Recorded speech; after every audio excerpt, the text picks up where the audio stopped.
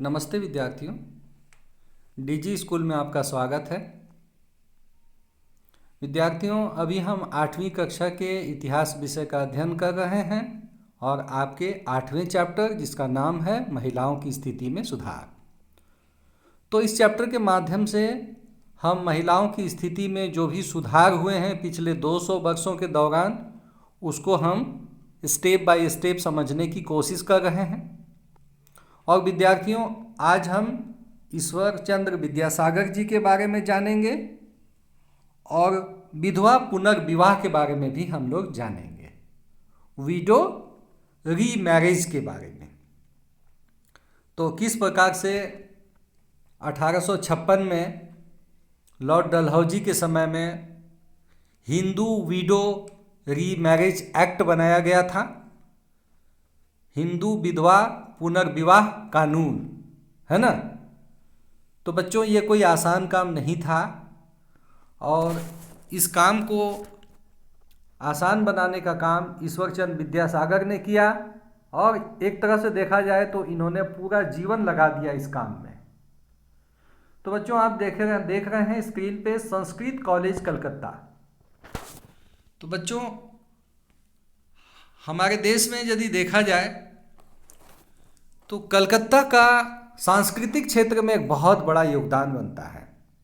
और आपको मालूम है कि औपचारिक रूप से सन 1912 तक कलकत्ता ही भारत की राजधानी थी और यहाँ पर कुछ ऐसे संस्थान विकसित हुए थे और उन संस्थानों में कुछ इतने बड़े लोग कार्यरत थे, ऐसे लोग कार्यरत थे जिन्होंने समाज सुधार के क्षेत्र में भी बहुत कुछ योगदान किया है। तो बच्चों, आप यहाँ पे देख सकते हैं, ये 3 रुपया का एक पोस्टेज स्टैम्प है जिसमें कि संस्कृत कॉलेज कलकत्ता लिखा हुआ है।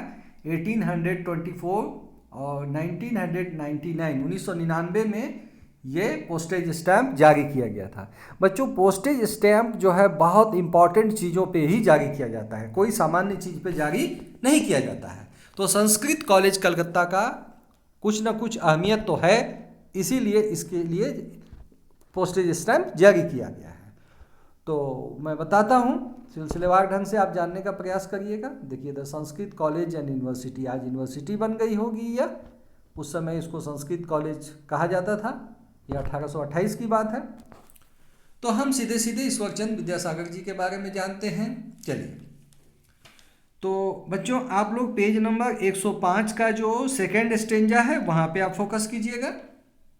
देखिए, कोलकाता के, जिसको हम लोग उस समय कलकत्ता बोलते थे या कलकत्ता कहते थे, तो कलकत्ता के संस्कृत कॉलेज के आचार्य ईश्वरचंद विद्यासागर ने विधवा पुनर्विवाह के लिए उल्लेखनीय कार्य किए।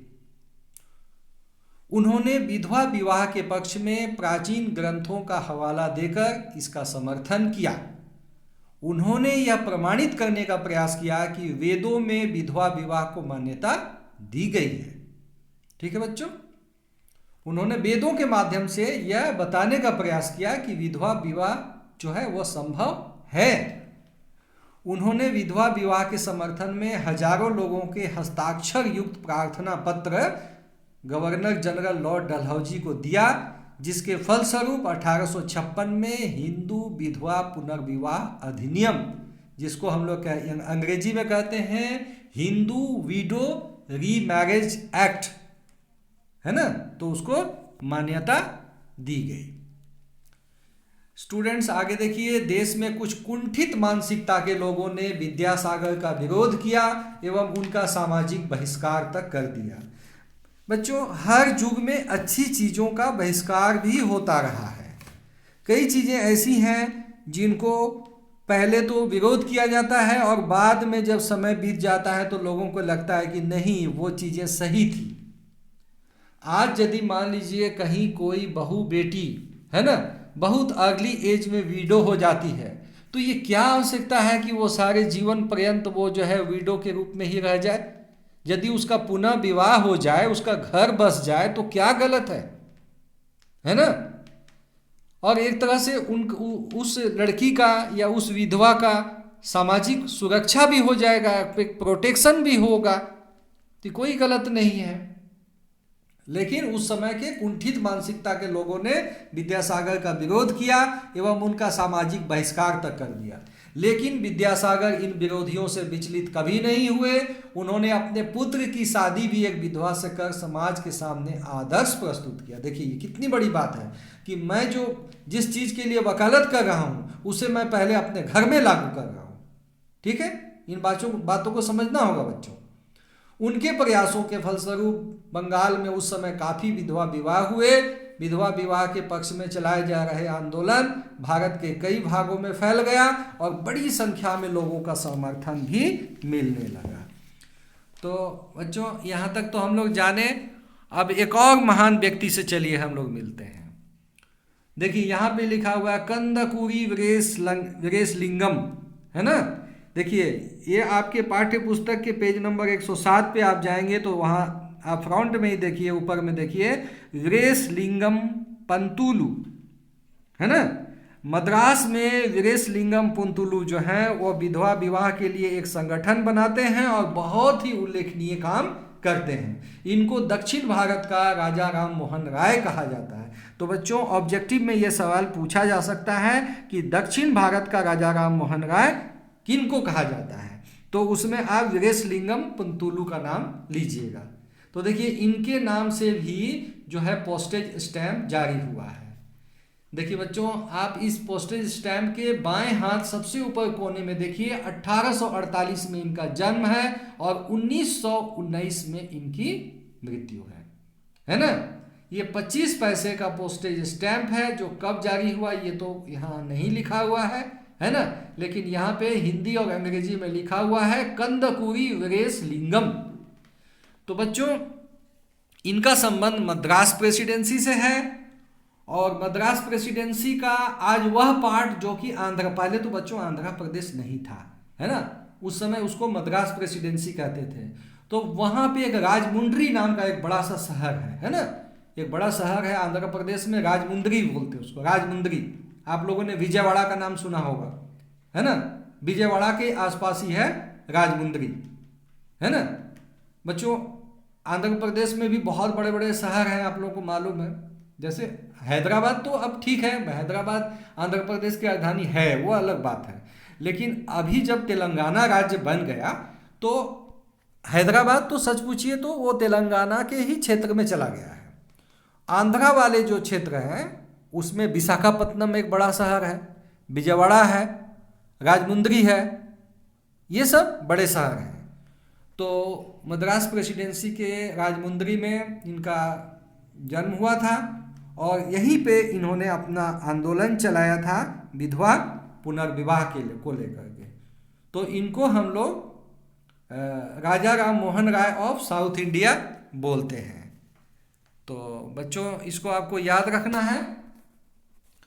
तो इस वीडियो के माध्यम से बच्चों हम लोगों ने क्या क्या जाना, इस वीडियो के माध्यम से हम लोगों ने वीरेशलिंगम पंतुलू जी के बारे में जाना और ईश्वरचंद विद्यासागर जी के बारे में भी जाना। तो अब तक आप देख रहे हैं कि सामाजिक सुधार के क्षेत्र में किन लोगों का क्या योगदान है।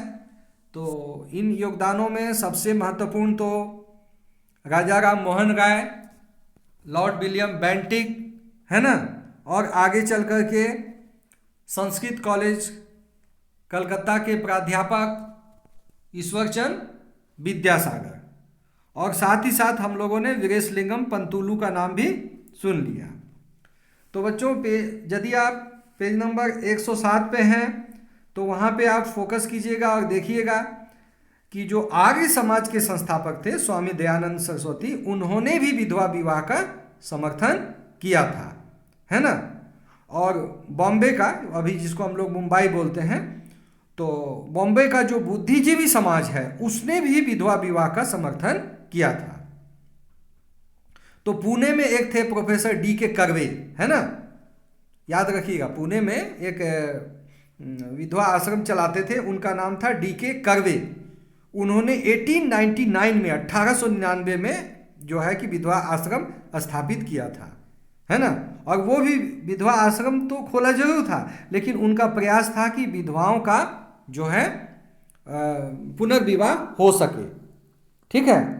तो बहुत सारी रूढ़िवादी परिस्थितियों को बच्चों हम लोगों ने झेला है, और समाज में आज जो महिलाओं की अच्छी स्थिति है, वो अच्छी स्थिति जो है वो सदियों के मेहनत और सदियों के हमारे समाज सुधारकों के प्रयासों का परिणाम है। और शिक्षा के क्षेत्र में आज भारत सरकार के द्वारा जो भी कार्य किए जा रहे हैं उसका भी परिणाम है, अन्यथा हम तो रूढ़िवादिता से इतना जल्दी उबरने वाले नहीं थे। तो आज विधवा विवाह कानून भी है, और सच पूछिए तो आज विधवा विवाह को लेकर के कोई इतना विरोध भी नहीं होता है, और स्त्रियां जो हैं वो अब खुद डिसीजन लेने में सक्षम हैं। तो बच्चों यदि हम लोग थोड़ा और पीछे की बात करें, जैसे डॉक्टर राजा राम मोहन राय के समय की बात करें, जो सती प्रथा के संदर्भ में जिन्होंने बहुत सारे काम किए, तो उसमें जो सती के जो समर्थक लोग थे, सती प्रथा के जो समर्थक लोग थे, वो लोग इतने मतलब समझ जाइए रूढ़िवादी थे कि वो लोग जो है ना सती प्रथा के संदर्भ में बोलते थे क्या कि स्त्रियां जो होती है वो भरोसे के लायक नहीं होती है। देखिए है ना, आप अपने पेज नंबर 106 पे फोकस कीजिएगा, तो वहाँ पे देखिएगा सती समर्थक क्या कहते हैं कि स्त्रियां जो हैं वो भरोसे के लायक नहीं होती है, और पति की मृत्यु के बाद जो है वो मृत्यु की कामना करती है। अब सोच लीजिए कौन व्यक्ति ऐसा होगा जो मृत्यु की कामना करेगा, है ना। मुझे मौत आ जाए लोग कहते जरूर हैं, लेकिन मौत का आना और मौत को खुद से मौत के मुंह में डाल देना ये कोई मतलब सामान्य काम नहीं है, और वो भी धधकती आग में डाल देना। तो बच्चों धधकती आग में जो लोग डाल देते थे ना, वो लकड़ियों से के गट्ठर में बांध भी देते थे स्त्रियों को, मतलब ताकि यदि वो बचने की इच्छा भी करे तो वो नहीं बच पाए, समझे। तो सती प्रथा का भी एबोलिशन जो है इतनी आसानी से नहीं हुआ है, बहुत कठिनाई से हुआ है। और जो सती के विरोधी थे जैसे कि राजा राम मोहन राय, तो उनका क्या कहता था, तो वो कहते थे कि महिलाओं में जो स्वाभाविक क्षमता है उसका तो मौका ही नहीं दिया गया है। तो आप भला कैसे कह सकते हैं कि वो जो है सती पसंद करती है ना। तो राजा राम मोहन राय जी कहते हैं कि अगर ज्ञान और शिक्षा के बाद भी कोई व्यक्ति ना समझ सकता हो या कोई पढ़ाई गई चीज़ों को ग्रहण न कर पाए तो हम उसे अक्षम मान सकते हैं, परंतु अगर स्त्रियों को पढ़ाया ही नहीं जाए और आप कहें कि नहीं वो पुरुषों से कम है, तो ये कैसे माना जाएगा। तो बच्चों ये समय बीत चुका है, हमारे इतिहास का यह स्याह पक्ष है। स्त्रियों के समाज को यदि हम देखें तो कुल जनसंख्या का आधा हिस्सा स्त्रियों का बनता है। तो उस स्त्री समाज के लिए एक बहुत बड़ा कलंक था सती प्रथा, आज दूर हो गया और आज हम सुरक्षित हैं, और आज स्त्रियां सुरक्षित हैं, ये बहुत बड़ी बात है। तो ठीक है बच्चों, आप लगातार वीडियो पे बने रहें, और ये जो आपका 8वां चैप्टर है जिसका नाम है महिलाओं की स्थिति में सुधार, तो आप इसको स्टेप बाय स्टेप इसी तरह से समझते रहिए और आप खुद से भी बच्चों पढ़िए। तो इसके बाद जो एक वीडियो होगा बच्चों, उसमें मैं बाल विवाह के बारे में बताऊंगा और उस संदर्भ में कौन कौन से कानून बने उसके बारे में भी बताऊंगा। तो बच्चों आप इंतज़ार करिए अगले वीडियो का। ठीक है बच्चों, धन्यवाद बच्चों।